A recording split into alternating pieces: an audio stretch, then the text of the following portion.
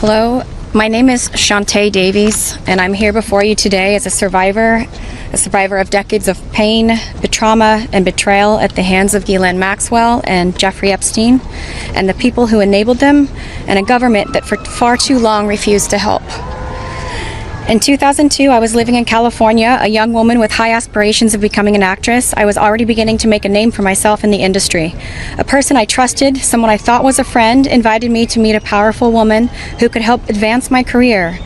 That woman happened to be Ghislaine Maxwell.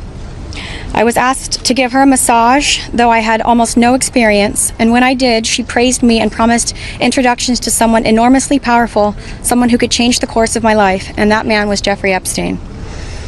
At first, I was an excited young woman on top of the world. Epstein flew me to his private island. He listened to my dreams, promised to help, but his promises came with a catch. The abuse began. He told me to keep it secret. He manipulated me with quid pro quo I did not consent to, but I felt I had no one to turn to. He was too powerful. I was just one of the many young women trapped in his orbit. I was even taken on a trip to Africa with former President Bill Clinton and other notable figures.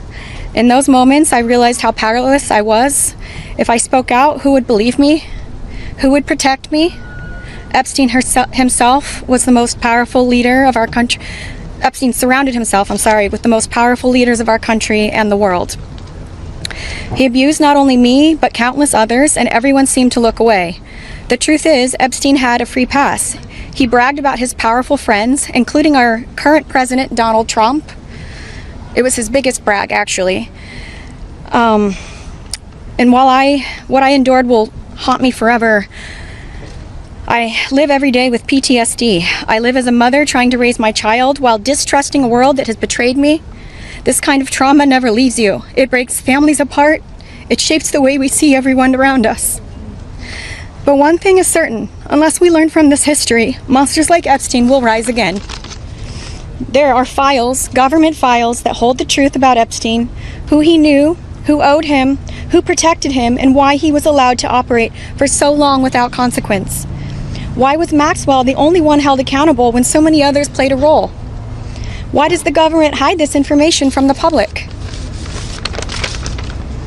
This secrecy is not protection, it's complicity. And as long as the truth is buried, justice will remain out of reach. That is why this bill matters. Passing it will, bless you, ensure that the suffering of survivors is not in vain. Passing it will bring accountability, transparency, and prevention.